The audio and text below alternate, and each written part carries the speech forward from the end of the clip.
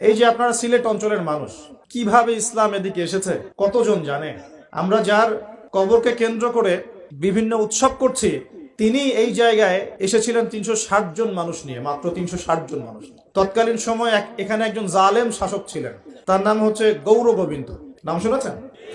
তার সময় মুসলিমদের উপর প্রচন্ড নির্যাতন হতো। এক ব্যক্তির সন্তান জন্ম হওয়ার ঘটনায় সে গরু জবাই করে মানুষকে খাওয়াতে চেয়েছিল, এতে করে তার সন্তানকে তার চোখের সামনেই জবাই করে মেরে ফেলা হয়েছে। এগুলো ইতিহাসে লেখা আছে, আমরা পড়েছি, আল্লাহ ভালো জানেন, আমরা এগুলো হিস্ট্রির মধ্যে পড়েছি। তিনি সোনারগাঁ চলে যান, সোনারগাঁ গিয়ে তৎকালীন বাংলার শাসককে তিনি বিচার দেন। তিনি কিছু ফোর্স পাঠান, সাথে পাঠিয়ে দেন এই ইয়েমেন থেকে আগত এই যে শাহজালাল রাহিমাহুল্লাহ। প্রথমে ছিল 210 জন। রাস্তায় আস্তে আস্তে আস্তে আস্তে দাওয়াতি কাজ করতে করতে করতে করতে আরো বেশ কিছু অনুসারী তার হন, তার হাতে বায়াত গ্রহণ করেন এবং 360 জনের একটা বাহিনী তিনি গঠন করেন। শুধু আধ্যাত্মিকত্বেই তিনি আল্লাহর মাআরিফাতওয়ালা মানুষ ছিলেন এমন নয়, বরং চলতি পথে মানুষকে দাওয়াতও দিয়েছেন। এক পর্যায়ে রাজা গৌর গোবিন্দের বিরুদ্ধে সশস্ত্র যুদ্ধও করেছেন। আপনারা কি মনে করেন এই অঞ্চলে ইসলাম কিভাবে এসেছে? খালি দাওয়াতের মাধ্যমে?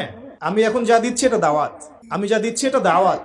আমি আপনাকে নামাজের দাওয়াত দিতে পারি, কিন্তু নামাজ আমি এখানে প্রতিষ্ঠা করতে পারবো না। আমার কথা কি বুঝতে পারছেন? কিন্তু ওমর রাদিয়াল্লাহু আনহুর যুগে নামাজ প্রতিষ্ঠিত ছিল। কেউ নামাজ না পড়লে শাস্তি প্রদান করা হতো। যখন আপনি নামাজ না পড়লে মুসলিমদেরকে শাস্তি দিতে পারবেন, বালেগ বিনা ওজরে নামাজ পড়ছে না, নামাজের ওয়াক্ত হয়ে গেছে, হাইয়া আলাস সালাহ, আজান হচ্ছে, দোকান খুলে ব্যবসা করছে, যখন ওই দোকানে গিয়ে চার্জ করতে পারবেন, তখন সালাত কায়েম হয়েছে। এখন আমরা সালাতে দাওয়াত দিচ্ছি, ভাই নামাজের দিকে আসেন। বিগত 100 বছরের অবস্থা আমি ব্যাখ্যা করবো ইনশাল্লাহ সামনে, এটা বলে শেষ করি। তিনি শুধু দাওয়াতই দেন নাই, মানুষের আধ্যাত্মিক বিষয়গুলো পরিবর্তন করেছেন, তার অনুসারীদেরকে নিয়ে সেখানে এসেছেন। ইতিহাসের বইগুলোতে লেখা আছে সেই রাজা জাদুবিদ্যায় পারদর্শী ছিল, জাদুবিদ্যায় পারদর্শী ছিল। ব্রহ্মপুত্র নদী থেকে শুরু করে সুরমা পর্যন্ত প্রত্যেক নদীর নৌযান তিনি বন্ধ করে দেন, যাতে শাহজালাল রাহিমাহুল্লাহ এখানে আসতে না পারে। যখন ইমানের সৈনিকরা মাঠে নামে, তখন কুফররা ভয় পায় না? পায় কি পায় না? তারাও ভীত ছিল তখন। কারণ যখন আপনি জুলুম করবেন কারো উপরে না, তখন অটোমেটিকলি আপনার মনের মধ্যে একটা ভয় কাজ করবে।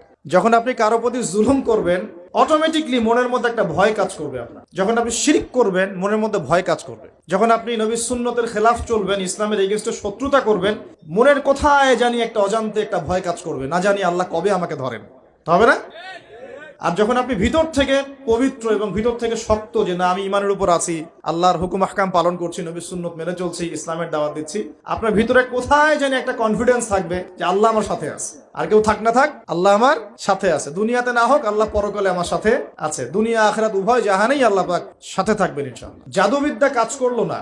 বলা হয়, এটা সত্য মিথ্যা আমরা জানি না, বলা হয় যে নৌযান ছাড়াই আল্লাহ পাকের কুদরতে, আল্লাহ পাক তার কুদরত কিন্তু তার বান্দার মধ্যে প্রকাশ করতে পারেন যাকে ইচ্ছা। তিনি নদী পার হয়েছেন, তার সৈন্যদেরকে নিয়ে পার হয়েছেন, এটা বলা হয়ে থাকে। আল্লাহ ভালো জানেন, আমরা সত্য মিথ্যা বলতে পারবো না। এরপরে এখানে সর্বশেষ যেটা পদক্ষেপ নেওয়া হয়েছিল, লোহা দিয়ে জাদু করা হয়েছে, শিল দিয়ে জাদু করা হয়েছে। এই শিলের জাদু কে ভাঙতে পারবে, এই কথা শাহজালাল রাহিমাহুল্লাহ তার অনুসারীদেরকে বলছিলেন যে তোমাদের মধ্যে যে ব্যক্তি ফজরের নামাজ কোনোদিন কাজা করো নাই, সে উঠে আজান দিলে ইনশাআল্লাহ আল্লাহ পাক এই জাদু ভ্রষ্ট করবেন। সম্ভবত নাসির উদ্দিন নামক একজন ব্যক্তি, বুরহানুদ্দিন, শুকরিয়া স্যার, বুরহানুদ্দিন নামক একজন ব্যক্তি, তিনি দাঁড়িয়ে বলেন যে আমি কোনোদিন ফজরের নামাজ কাজা করি না। চিন্তা করতে পারেন, উম্মার বিজয় কাদের হাতে হয়েছে? বেনামাজিদের হাতে, আমাদের মতো বেনামাজিদের হাতে।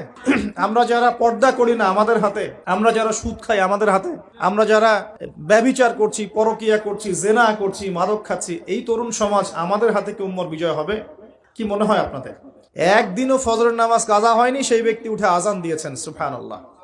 আর শাহজালাল রাহিমাহুল্লাহ তখন বলেছিলেন যে শিল হট, মানে এটা ভেঙে যাওয়ার জন্য। এই শিল এবং হট একত্রিত হয়ে পরবর্তীতে আস্তে আস্তে সিলেট নামটা হয়েছে। তার আগের নাম ছিল জালালাবাদ। কি নাম ছিল? জালালাবাদ।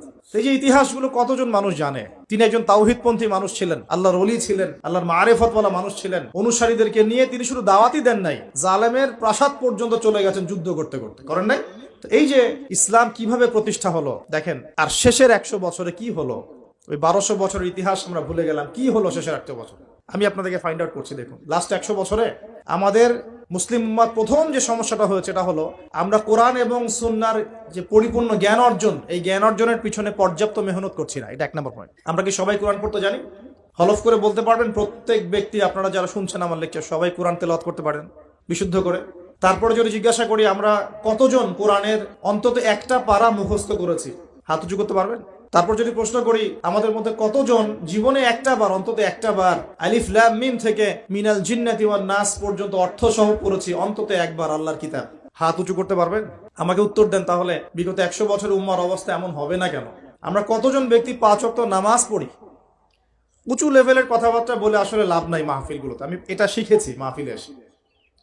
প্রথম দিকে আমি খুব হাই থটের কিছু লেকচার দিতাম, পেট্রোডলার কেন্দ্রিক, জায়নিজম কেন্দ্রিক, জিউসদেরকে নিয়ে, প্যালেস্টাইন ইস্যু নিয়ে, আরো বড় বড় কিছু ইস্যুস, ওয়ার্ল্ড অ্যাফেয়ার্স নিয়ে। পরে দেখলাম যে আসলে আমরা এমন একটা জায়গায় আছি, এখানে আমাকে প্রশাসনের অনেক ভাই অনেক হেল্প করেছে, অনেক রাজনৈতিক নেতৃবৃন্দ আমাকে অনেক হেল্প করেছে, সমাজ নেতা আমাকে অনেক হেল্প করেছে, আমাদের আলেম ওলামাদের মধ্যে অনেকেই, হকপন্থী অনেক ওলামায়ে কেরাম আমাকে কাছে ডেকে নিয়ে অনেক হেল্প করেছে। বুঝিয়েছে যে কথাগুলো মানুষ বুঝতে পারবে না সেগুলো পাবলিকলি বলার কোনো মানে হয় না। পরে আমিও ফিল করলাম যে আসলেই তাই। যেখানে আমি আলোচনা করছি ওইখানকার মানুষ নামাজ পড়ছে না, আমি সেখানে গিয়ে কিভাবে ইকোনমিক বিষয়গুলো বোঝাবো?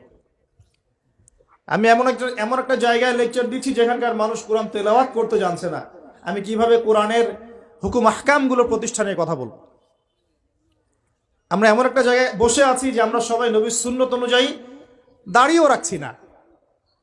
এটা তো একটা সুন্নত আমল, জীবনের প্রত্যেক ক্ষেত্রে সুন্নতের কথাই বলছি না, নিজের দেহের কথাই বলছি, সেখানেও আমরা পিছিয়ে পড়ছি। তাহলে আমি উঁচু লেভেলের কথাবার্তা কিভাবেই বলতে পারি?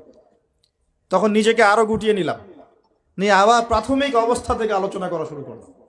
সালাত কেন্দ্রিক, পড়াশোনা কেন্দ্রিক, যাকাত কেন্দ্রিক, সাওম কেন্দ্রিক, শিরক, তাওহীদ, আকীদা, ঈমান, সুন্নত এগুলো কেন্দ্রিক। এই মাহফিলের সিজনে আমি এগুলোই বলেছি, এর বাইরে কিছু বলিই নি এখন, কারণ মনে করছি যে এগুলো বলার মতো পরিবেশ নাই। আমাদের সবার আগে দরকার জ্ঞানের বিপ্লব। সর্বপ্রথম যেটা প্রয়োজন এই উম্মার সেটা হলো জ্ঞানের বিপ্লব। প্রত্যেক ব্যক্তিকে আল কোরআন তেলাওয়াত করা শিখতে হবে আগে। ওয়াদা করেন, রাজি আছেন কিনা? প্রত্যেক ব্যক্তিকে আল কোরআনুল কারীম বিশুদ্ধ করে তেলাওয়াত করা শিখতে হবে আগে, ইনশাআল্লাহ। ইনশাআল্লাহ যদি আমি আগামী বছর আসি, আমি 5টা কাজ আপনাদেরকে দিয়ে যাচ্ছি। আগামী বছর এসে আমি 5টা কাজ আগে নিব, তারপর আলোচনা হবে। 1 নাম্বার, সবাইকে বিশুদ্ধ কোরআন তেলাওয়াত করা শিখতে হবে, 1 নাম্বার। 2 নাম্বার, অন্তত একবার আলিফ লাম মিম থেকে মিনাল জিন্নাতি ওয়ান নাস পর্যন্ত এই 30 পারা কোরআন অর্থ সহ অন্তত একটা বার পড়ে দেখতে হবে 1 বছরে। পারবেন? আমি হিসেব করে দেখেছি, যদি প্রত্যেক দিন আপনি 20টা করে আয়াত তেলাওয়াত করতে পারেন এবং 20টা আয়াতের অর্থ পড়তে পারেন, আপনি 1 বছরে আল কোরআন শুরু থেকে শেষ পর্যন্ত অর্থ সহ পড়তে পারবেন ইনশাআল্লাহ। দৈনিক 20টা আয়াত পড়া খুব কঠিন। প্রত্যেক ফরজ নামাজের পরে যদি 4টা করে আয়াত পড়েন তাও 16টা আয়াত হয়, 20টা আয়াত হয়, সরি। 5 ওয়াক্ত ফরজ সালাতের পরে যদি আমরা 4টা করে আয়াত তেলাওয়াত করি, যে কোনো 4টা আয়াত একদম শুরু থেকে নিয়ে 4টা করে আয়াত পড়ি এবং অর্থগুলো পড়ি, 5 ওয়াক্ত নামাজ শেষে আমরা 20টা আয়াত তেলাওয়াত করে ফেলব। খুব কঠিন। 2 নাম্বার কাজ। 3 নাম্বার হচ্ছে আমাদের প্রিয় নবী মুহাম্মদুর রাসূলুল্লাহ সাল্লাল্লাহু আলাইহি ওয়াসাল্লামের জীবনী গ্রন্থ অন্তত একটা বার 1 বছরে পড়ে দেখতে হবে। পারা যাবে ইনশাআল্লাহ? একটা বইয়ের নাম বলে দেব, আর রাহিকুল মাখতুম। কি নাম? আর রাহিকুল মাখতুম। যদি বই কিনতে না পারেন, সামর্থ্য না থাকে, আমাকে বলেন, কিনে দেব ইনশাআল্লাহ। প্রয়োজনে আমরাই কিনে দেব, তাও পড়েন। আর রাহিকুল মাখতুম এই বইটা হচ্ছে 1182টা বইয়ের মধ্যে প্রথম পুরস্কার প্রাপ্ত বই। লেখক হচ্ছেন আল্লামা সফিউর রহমান মুবারকপুরী রাহিমাহুল্লাহ। অন্তত এই বইটা পড়তে পারবো না? নবীর জীবনী জানার কোনো প্রয়োজন নাই ভাই?